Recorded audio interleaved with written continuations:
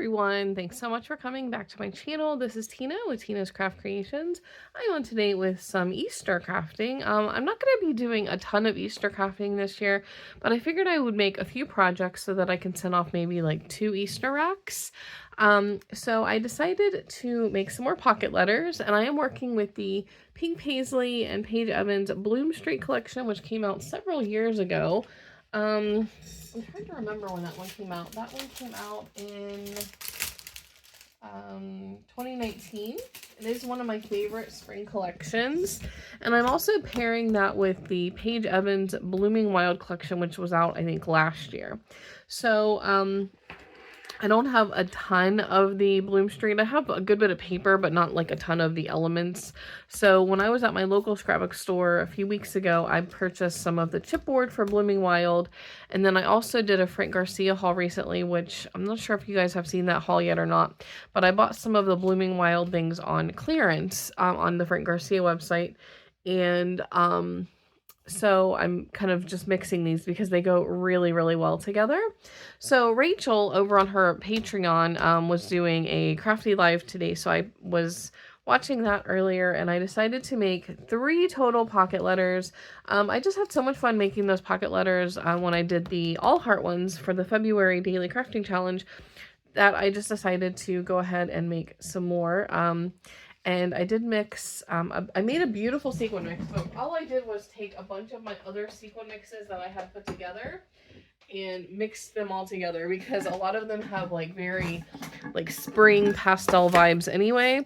So this is what I did was I just dumped a bunch of my purple mixes, pink, peach, aqua, and then I also some of those Easter sequin mixes from Hobby Lobby, the pink, mint, yellow, and aqua. Or yeah, pink, aqua, yellow, and purple. So I just dumped all of these together. So I made this gorgeous mix, if you guys can see it. So it's just a combination of a bunch of other mixes. But I thought this would go really nicely with these 2 collections that I'm pairing up. And so I am going to be adding some like seam binding or something along the side, but I didn't do that yet. But this is the first one. And like I said, I did use the Bloom Street and Blooming Wild collections. Now this rosette here was actually an embellishment that I was gifted quite some time ago. I think it was from my friend Misty. That's one of her favorite collections, the Bloom Street collection. I think she gifted me this rosette and these little bows. So I just have them stored with the Bloom Street collection, so I wanted to use that. And here's the sequin mix, if you can see that a little better. And then I did do a double stitch, the zigzag and the straight stitch again. I just think that adds a nice little added texture. So I used chipboard, puffy, or not puffy stickers, but cardstock stickers puffed off on foam, ephemera, enamel dots from my stash, and like I said, a couple of these embellishments that I was gifted.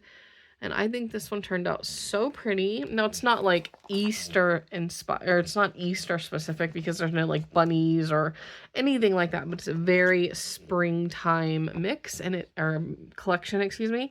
And it is just so beautiful. So I just decided to go ahead and put that one together. And then this is the second one.